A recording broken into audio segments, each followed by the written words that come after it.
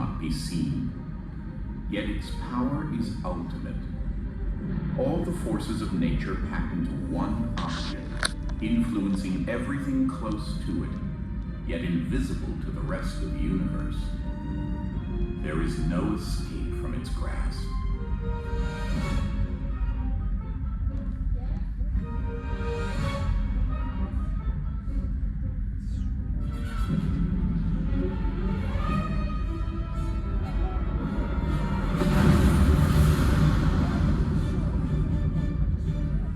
What once were stars, planets, gas, and dust are here all crammed into an unimaginably small and dense space. This is a black hole.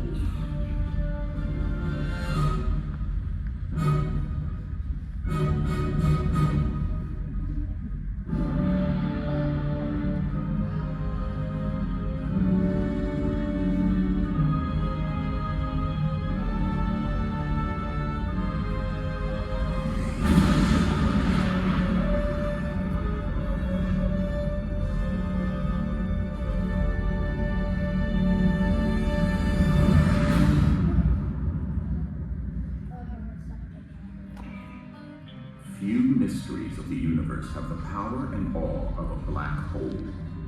Dark, obscure objects inside whose boundaries nothing, not even light, can escape. Do they really exist? Are they lurking among the stars like cosmic dragons, ready to devour unsuspecting planets and civilizations that may wander too close? And if they do exist, what exactly are they, and how are they formed? These are the questions that have fired the imaginations of scientists, science fiction writers, and dreamers for decades.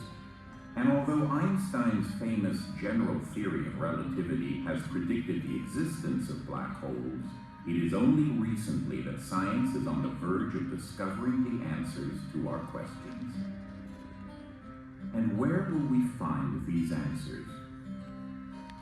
To begin our search, we must reach out into space, for the clues are written there, literally among the stars themselves.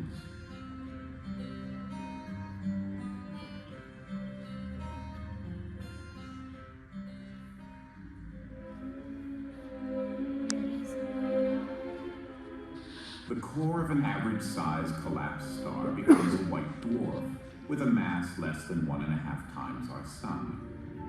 The core of a collapsed star, originally 15 times the mass of our Sun, becomes a neutron star with a mass between 1.5 and 3 times our Sun.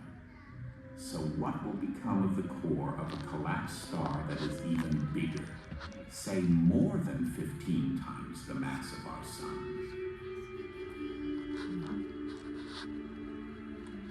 It will continue to collapse indefinitely, its density increasing infinitely, shrinking smaller and smaller before disappearing completely. Its gravity, however, would remain. So much gravity that even light would be unable to escape its grasp. It would now be a black hole. The boundary of a black hole, called the event horizon, marks the point of no return for anything, including light, which ventures inside.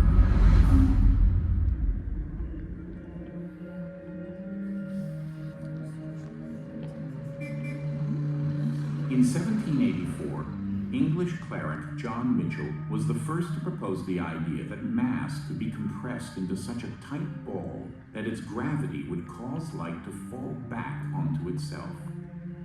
A similar description of a black star, so massive that it captured its own light, was conceived by the French mathematician Pierre-Simon de Laplace in 1798. But it took one of the greatest scientific minds in history to accurately predict how these objects would work.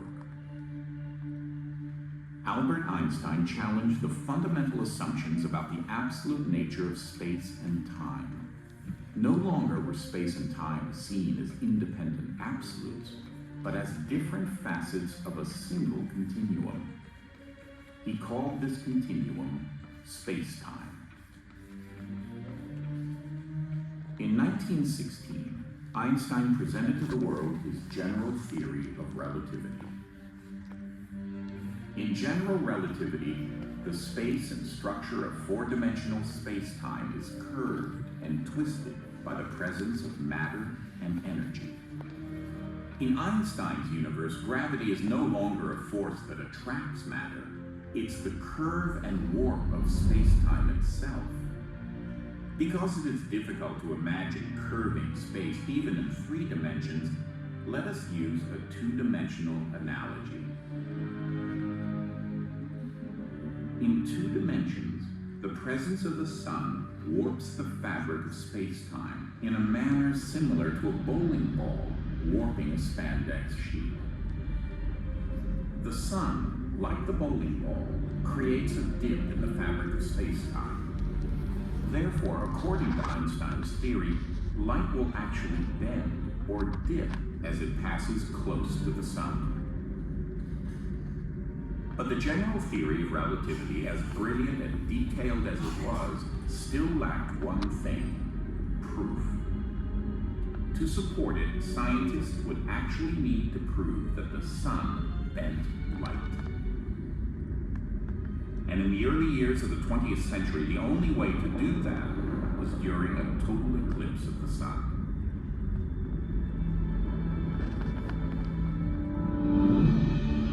The year is 1919. A total solar eclipse is imminent. One British team travels to South America, another to Africa. Their goal: to perform the first true test of the theory of general relativity. As the bright sun is hidden by the moon, stars near the sun are photographed. On comparing these pictures to previous photographs of the same stars taken at night, the stars are undeniably out of place. The sun is indeed bending starlight. General relativity has been proven. In the extreme high-gravity environments that reside near black holes, Einstein's theories of relativity become especially important. Take, for example, the bending of starlight. Almost a century after the curvature of space-time was first observed, we are now witnessing the confirmation of this phenomenon on a colossal scale.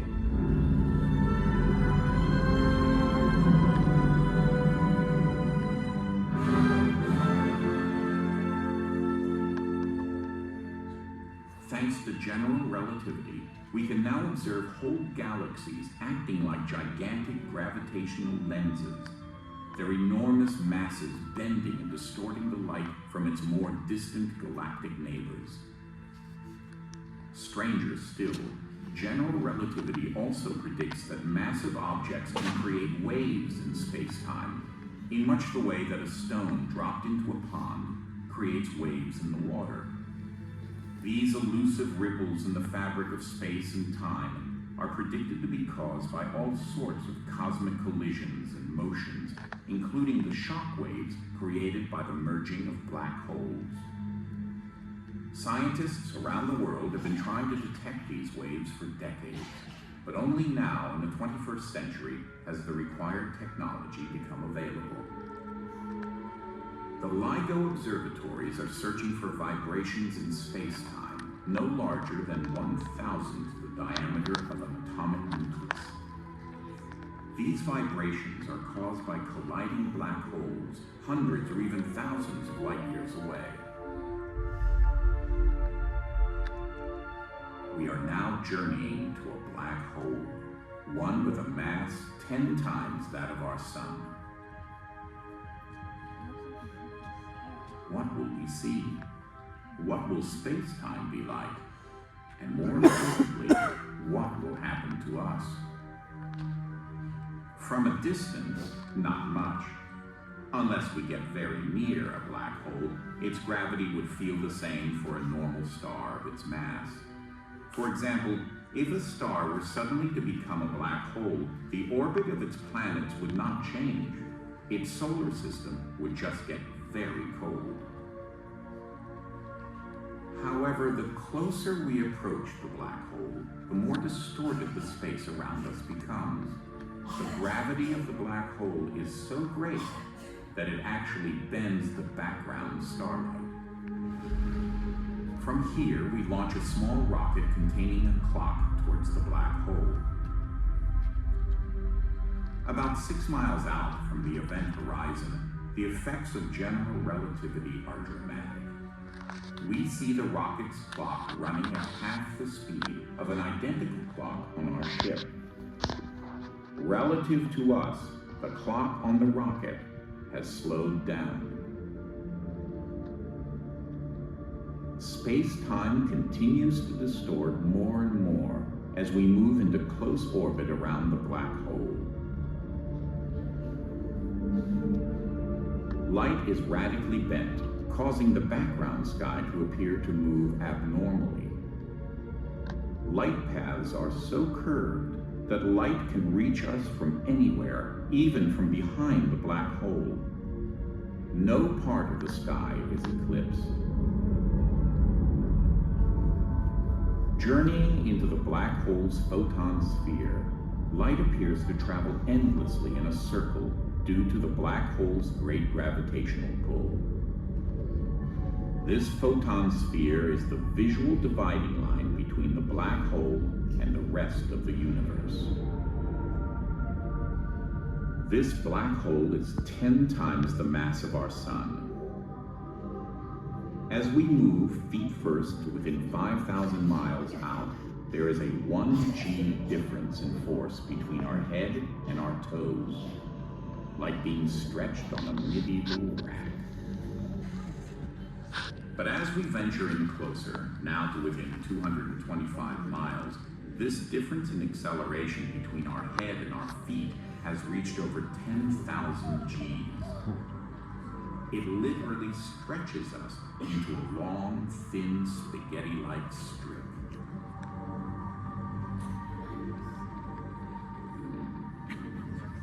As this spaghettification continues, we are continually stretched longer and thinner. These tidal forces are pulling on the very molecules of our body. Almost instantly, these forces become so strong that the nuclear bonds holding our atoms together are strained, ripped, and then torn apart.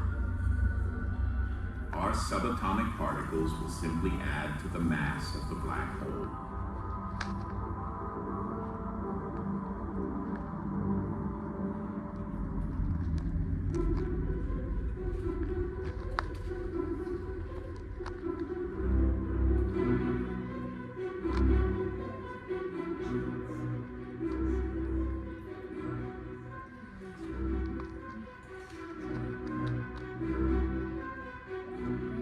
Within our galaxy's innermost core, in a region of space measuring only 1 light year in radius, are literally millions of stars.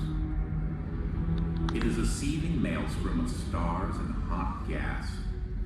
Yet even deeper inside is a supermassive black hole, a dark entity of phenomenal power. This multitude of stars orbit rapidly and chaotically around its dark, unseen central body.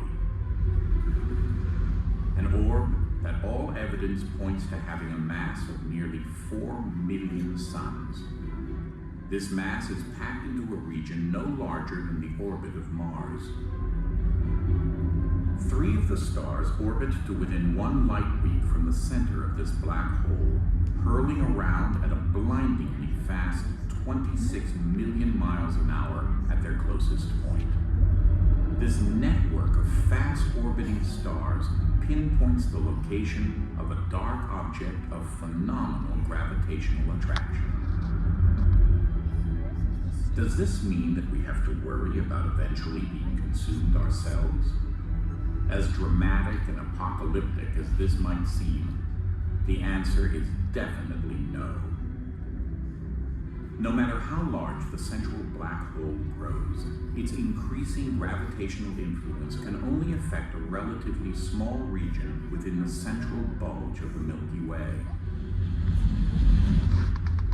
Our solar system is over 30,000 light-years away, 2/3 of the way out towards the edge of our spiral galaxy.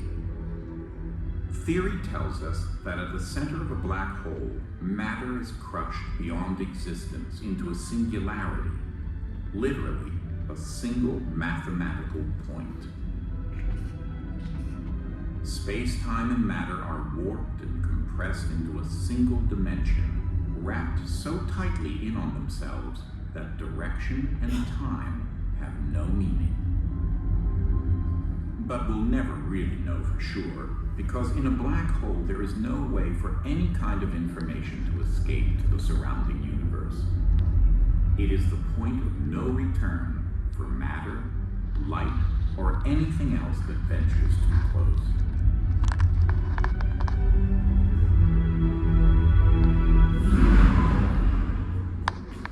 Is it possible, perhaps, to use a black hole as a passageway to somewhere else? One of the most popular concepts in science fiction is the notion of a wormhole, a faster-than-light tunnel that can transport matter through vast spatial distances. But is such a phenomenon actually possible? Collaborating with physicist Nathan Rosen, Albert Einstein suggested that it is mathematically possible for a black hole and its opposite, a white hole, to be joined together by such a wormhole. They dubbed this conduit the Einstein-Rosen Bridge.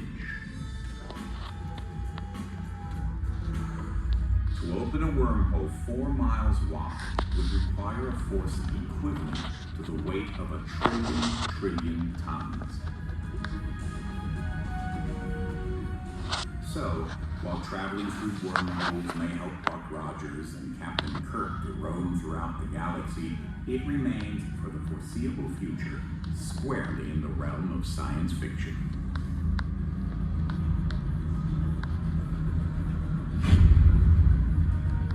But who really knows? Just as some science fiction a century ago has become science fact today, perhaps the time will come when technology will catch up with theory and make such things possible. And as our science and imaginations probe into the universe, a universe filled with phenomenal cosmic forces and perilous black holes, let us take comfort in the stability of our own world, a world orbiting a stable star inside the spiral arm of our own Milky Way galaxy.